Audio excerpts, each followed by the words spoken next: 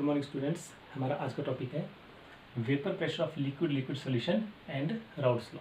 इसी को हम बोलते हैं Raoult's law for volatile solid. ठीक है, तो लिक्विड लिक्विड सॉल्यूशन क्या है? एक ऐसा सॉल्यूशन जिसमें कंपोनेंट ए और कंपोनेंट बी मतलब solute and solvent both are in liquid state. जब दोनों लिक्विड स्टेट में होंगे तो दोनों कंपोनेंट इवेपोरेट होके वेपर स्टेट में जा सकते हैं। कंपोनेंट ए का मोल फ्रैक्शन XA, इसके वेपर्स का प्रेशर PA। कंपोनेंट बी का मोल फ्रैक्शन XB और इसके वेपर्स का पार्शियल प्रेशर हो जाएगा PB। In 1886 a French chemist Francois Marie Raoult, इसने क्या किया, अपने एक्सपेरिमेंट के बेस के ऊपर मोल फ्रैक्शन और पार्शियल प्रेशर के बीच में एक रिलेशनशिप दिया। इसी रिलेशनशिप को हम बोलते हैं राउल्स लॉ।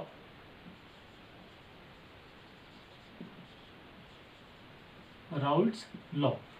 अब राउल्स लॉ में इसने क्या कहा, at a particular temperature for a solution of volatile liquids the partial pressure of a component is equal to the product of partial pressure in pure state and mole fraction.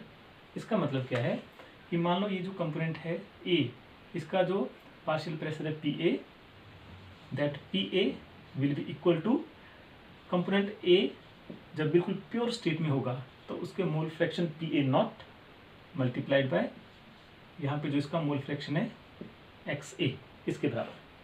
तो PB किसके बराबर हो जाएगा? PB will be equal to component B का pure state में partial pressure PB nought और component B का mole fraction XB। ठीक है, तो this is according to Raoult's law. Previous year आपने Dalton's law of partial pressure पढ़ा होगा। तो Dalton law of partial pressure क्या बोलता है कि यहाँ पे जो टोटल प्रेशर होगा, that total pressure will be equal to sum of partial pressures of all component. तो इसका टोटल प्रेशर हम कैसे निकाल सकते हैं? According to Dalton, P is equal to PA plus PB, partial pressure of component A plus partial pressure of component B, क्योंकि इसमें दो ही कंपोनेंट है।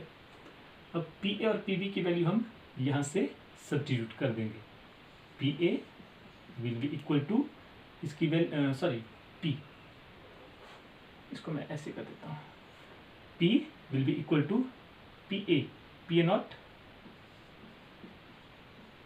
XA प्लस PB किसके बराबर है? PB naught XB। ठीक है, मोल फ्रैक्शन के कॉन्सेप्ट से हम एक रिलेशन लेंगे, XA plus XB is equal to 1। Mole fraction of all component in a solution is always equal to 1, हमेशा यूनिटी होता है। तो यहाँ से हम XA निकाल सकते हैं, that will be equal to 1 minus XB। अब XA की जो वैल्यू आई उसको हम यहाँ पे सब्स्टिट्यूट कर देंगे, then P will be equal to PA naught, XA की जगह क्या लगा देंगे हम? 1 minus XB। Okay, and plus PB naught XB। Okay, अब इसको हम सॉल्व कर लेंगे। P is equal to PA naught, इससे मल्टीप्लाई किया, minus PA naught XB plus PB naught XB। P is equal to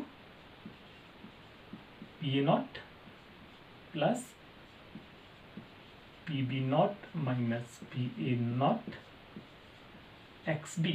तो ये हमारे पास एक फाइनल रिलेशन आ जाएगा। इस रिलेशन से हमें एक चीज़ क्लियर हो रही है कि जो पार्शियल प्रेशर है होगा कंपोनेंट जो है यहाँ पे, इन सब कंपोनेंट का जो टोटल प्रेशर जो होगा, that total pressure will depends upon only mole fraction of one component. केवल एक कंपोनेंट के मोल फ्रैक्शन पे डिपेंड करता है। क्यों? क्योंकि PA नॉट, PB नॉट और PA नॉट ये सारे कांस्टेंट होंगे, इनकी वैल्यू कांस्टेंट होती है। और अगर हम मोल फ्रैक्शन और वेपर प्रेशर के बीच में एक ग्राफ प्लॉट करें तो हमारे पास एक स्ट्रेट लाइन में ग्राफ आएगा। यहाँ पे हमने ले लिया X A is equal to 1 और X B is equal to 0। X A is equal to 0, X B is equal to 1। मतलब इस डायरेक्शन में हमने क्या लिया, मोल फ्रैक्शन,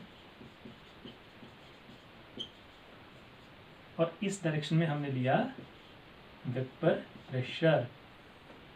वेपर प्रेशर हमने इस एक्सिस पे लिया। मोल फ्रैक्शन है एक्स ए 1 है और एक्स बी 0 पे होगा। यहाँ पे एक्स ए 0 पे है, एक्स बी 1 पे होगा। तो हमारे पास इस तरह से एक ग्राफ बन जाएगा। दूसरा ग्राफ इस तरह से बन जाएगा। अब ये क्या है, ये जो ग्राफ है this is partial vapour pressure for component B.